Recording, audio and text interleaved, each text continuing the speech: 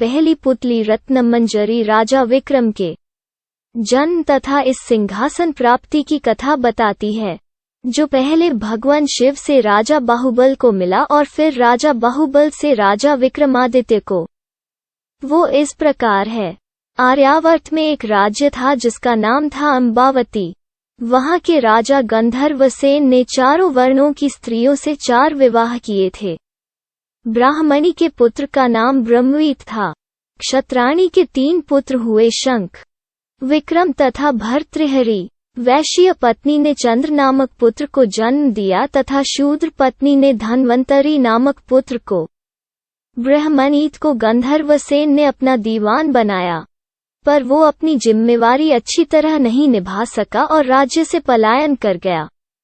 कुछ समय भटकने के बाद धारानगरी में ऊंचा ओहदा प्राप्त किया तथा एक दिन राजा का वध करके खुद राजा बन गया। काफी दिनों के बाद उसने उज्जैन लौटने का विचार किया, लेकिन उज्जैन आते ही उसकी मृत्यु हो गई।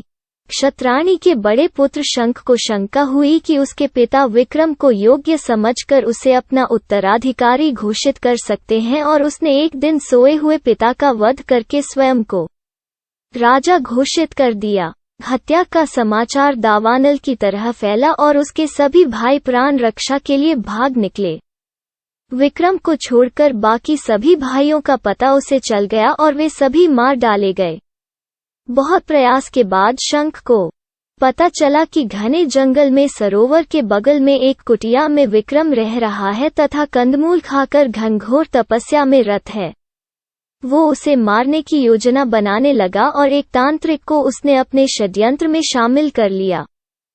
योजनानुसार तांत्रिक विक्रम को भगवती आराधना के लिए राजी करता तथा भगवती के आगे विक्रम के सर झुकाते ही शंख तलवार से वार करके उसकी गर्दन काट डालता। विक्रम को पहले ही बेताल ने उस तांत्रिक और उसके भाई शंख के षड्यंत्र के बारे में बता दिया था। इन दोनों का संवाद और कहानियां बेताल 25 नाम से मशहूर है, जिसमें बेताल रोज राजा के न्याय की परीक्षा लिया करता था। आखिरी कहानी के बाद विक्रम को भी बेताल पर भरोसा हो गया और उसे धन्यवाद किया। विक्रम ने भी स्थिति समझ ली और उस तांत्रिक को बहाना बनाया कि उसे किसी के आगे झुकना नहीं आता, इसलिए पहले आप सही तरीके से देवी के आगे विधिवत झुके ताकि वो भी सीख ले। उसका भाई शंख वही मंदिर में छिपा हुआ था। उसे विक्रम की चाल समझ नहीं आई। उसने विक्रम के धोखे में तांत्रिक की हत्या कर दी। विक्रम ने झपट कर शंख की तलवार छीनकर उसका सर धड़ से अलग कर दिया। शंख की मृत्यु के बाद उसका राज्यारोहण हुआ। एक दिन शिकार के लिए विक्रम जंगल गए। मृग का पीछा करते करते सबसे बिछुड़कर बहुत दूर चले आए। उन्हें एक महल दिखा और पास आकर पता चला कि वह महल राजा बाहुबल के दीवान का है, जिसका नाम तूतवरण है। मिलने पर तूतवरण ने बताया कि विक्रम बड़े ही यशस्वी राजा बन सकते हैं यदि राजा बाहुबल उनका राजतिलक करें, और उसने यह भी बताया कि भगवान शिव द्वारा प्रदत्त अपना स्वर्ण सिंहासन अगर बाहुबल विक्रम को दे दें तो विक्रम चक्रवर्ती सम्राट बन जाएंगे। बाहुबल ने विक्रम का न केवल राजतिलक किया, बल्कि खुशी खुशी उन्हें स्वर्ण सिंहासन भी भेंट कर दिया।